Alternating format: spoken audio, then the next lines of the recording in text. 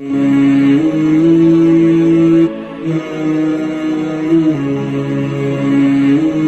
forget, like, subscribe and share to the famous scholar Mufti Inamullah Khalid.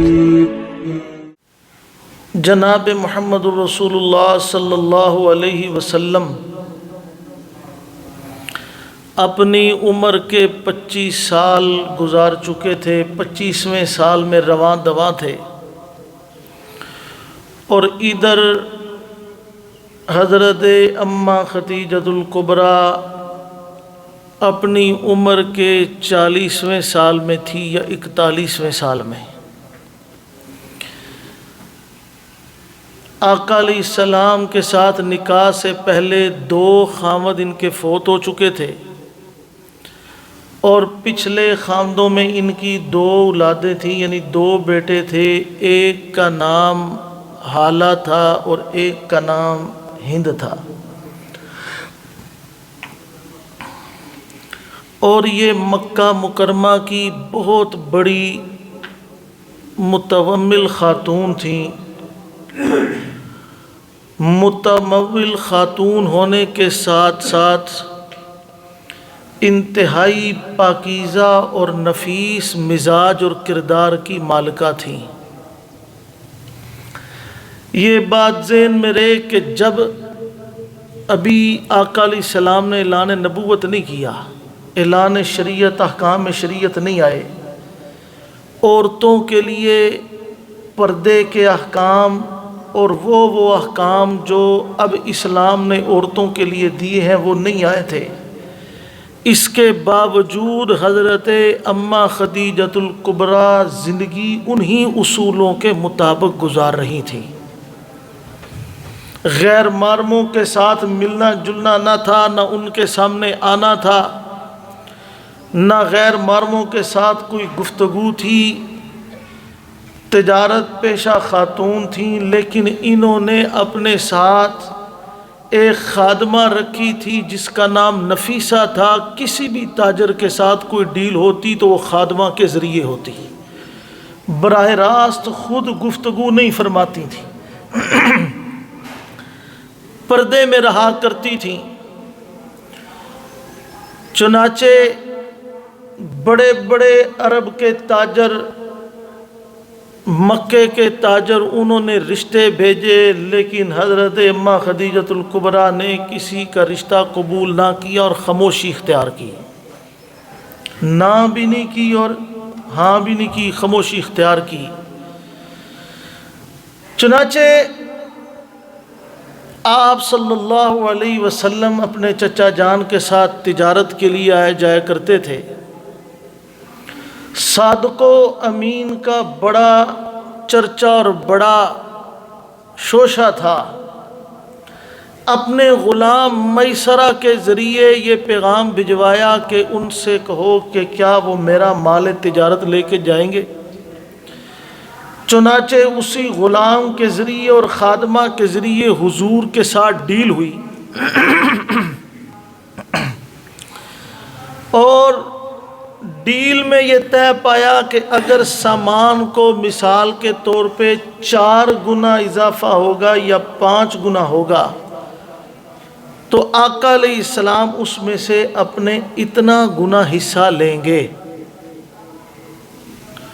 چنانچہ یہ سارے معاملات طے ہوئے، اور اب حضرت اماں خدیجۃ الکبریٰ نے اپنے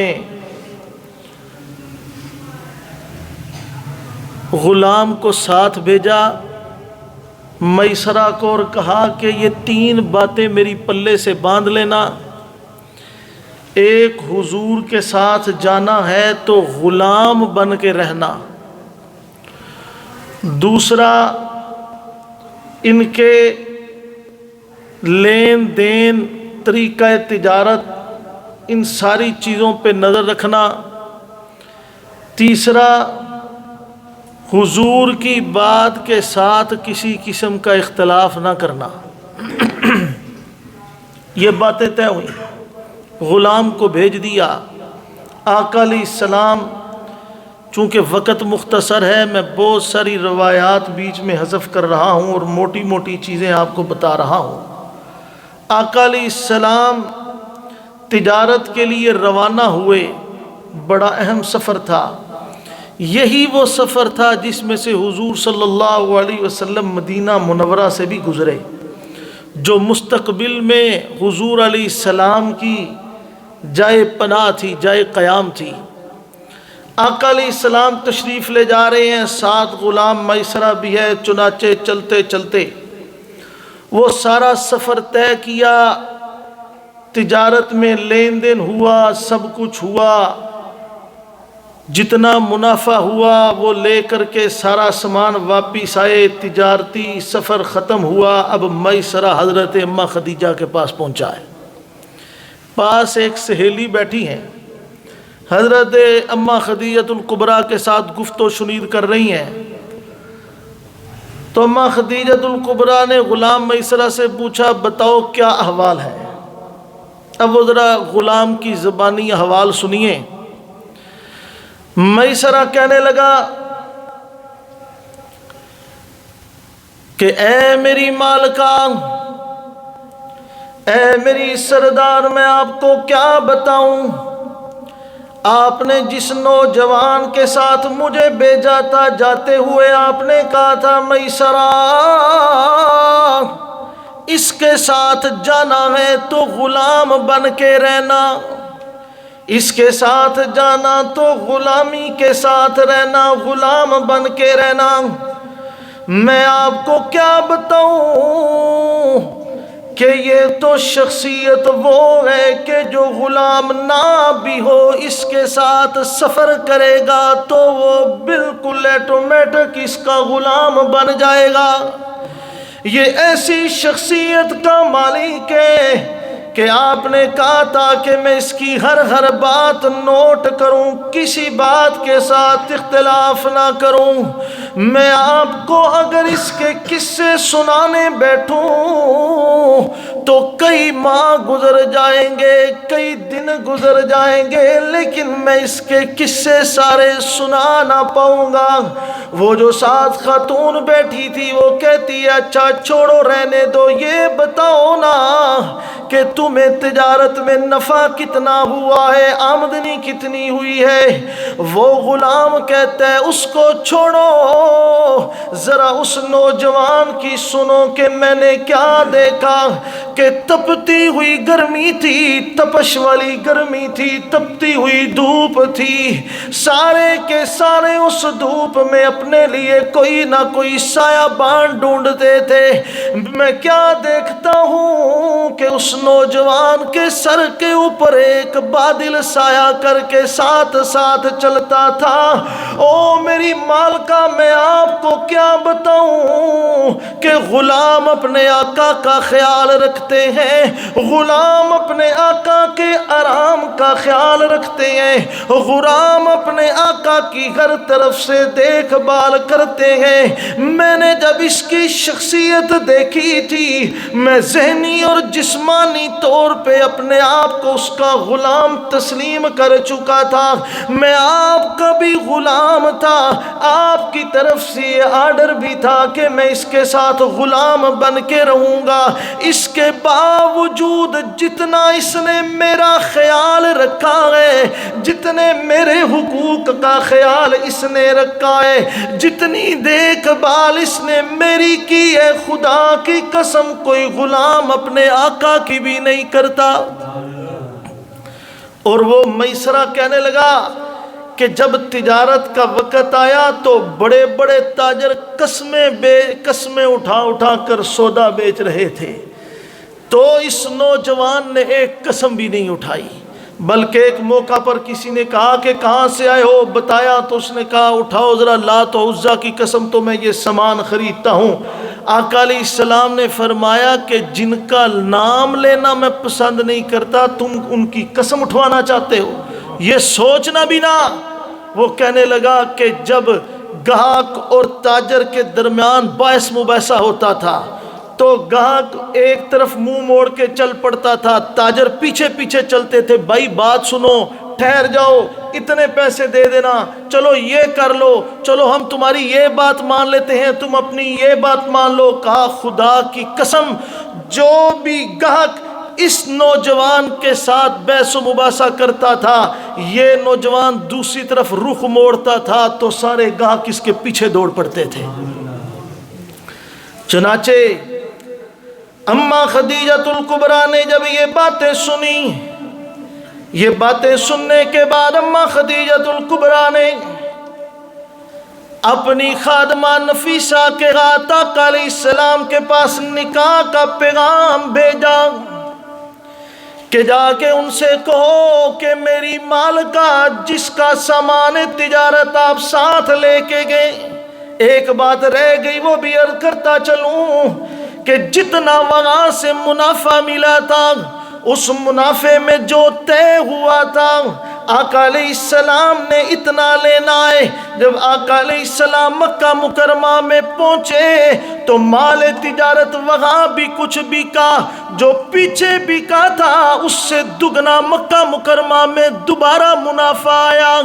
آقا علیہ السلام کو ماں خدیجہ نے کہا کہ یہ آپ کا منافع ہے، یہ جہاں پہ جو منافع ہوا تھا اس کے آقا علیہ السلام نے فرمایا نا نا، جو طے ہوا تھا میں وہی لوں گا، جو اوپر ہے میں وہ نہیں لوں گا۔ فرمایا کہ یہ بھی تو آپ کے ہاتھ سے ہی، کہا نہیں نہیں اس کی بات نہیں ہوئی تھی، یہ تو اللہ کی طرف سے جب میں یہاں پہنچا ہوں تو آپ کی قسمت میں اتنا اور منافع لکھا تھا، یہ آپ کا ہے، میں محمد کا وہی مال و منافع ہے جو ہمارے اور آپ کے درمیان طے ہوا تھا، 1 روپیہ بھی زیادہ نہیں لیا۔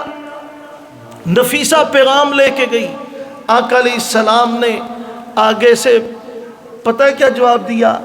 حضور صلی اللہ علیہ وسلم نے فرمایا اچھا پیغام میں نکاح ہے، اور نکاح بھی اس خاتون کی طرف سے جس کو عرب کے بڑے بڑے رئیس نکاح کا پیغام بھیج چکے ہیں، تو اس نے آگے سے ان کو ہاں نہیں کی، اور یہ خاتون خود پیغام نکاح بھیج رہی ہے۔ آقا علیہ السلام نے فرمایا کہ ٹھیک ہے میں اپنے چچا سے مشورہ کر کے بتاتا ہوں۔ آپ نہیں سمجھیں، آج کل جس دور میں ہم جا رہے ہیں یہ دور ایسا ہے کہ ہر نوجوان کا یہ مسئلہ ہے کہ وہ کہتا ہے کہ کیا شریعت میں اپنی مرضی سے شادی کرنے کی اجازت نہیں، اپنی مرضی کے ساتھ نکاح کی اجازت نہیں؟ بھائی اجازت کو تم چھوڑو، آقا علیہ السلام کا یہ سنت اور یہ طریقہ دیکھو کہ حضور صلی اللہ علیہ وسلم کی نہ والدہ تھی نہ والد تھے، بلکہ چچا صرف سرپرست تھا، اور اس نے پالا بھی نہ تھا بلکہ حضور خود تجارت کر کے مزدوری کر کے خاندان ابو طالب کو پالتے تھے، کیونکہ وہ خود غریب چچا تھے۔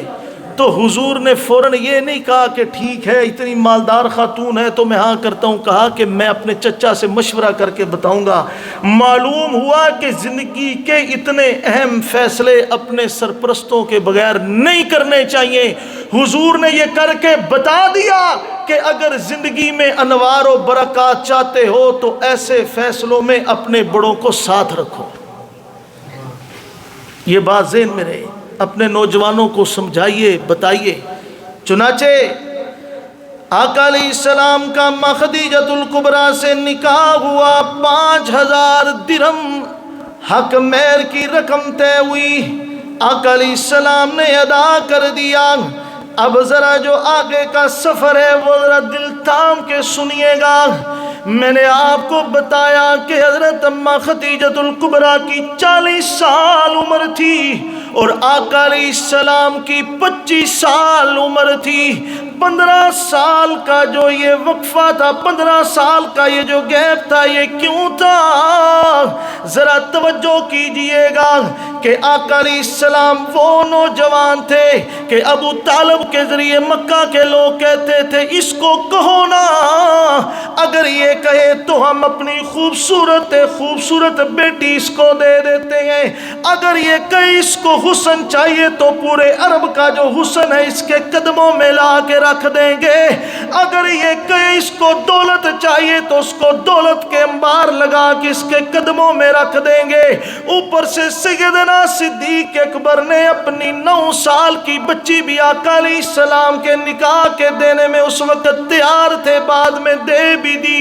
اتنی آفریں تھیں, اتنا کچھ تھا, لیکن آقا علیہ السلام نے سب کو پاؤں کی ٹھوکر پہ رکھا اور اپنے سے 15 سال بڑی خاتون کے ساتھ نکاح کر لیا.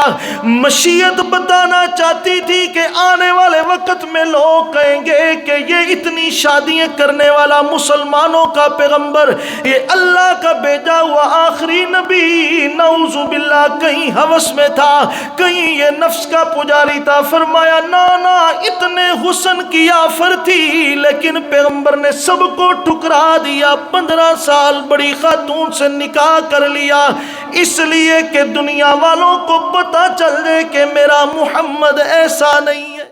Thanks for watching Mufti Inamullah Khalid official YouTube channel.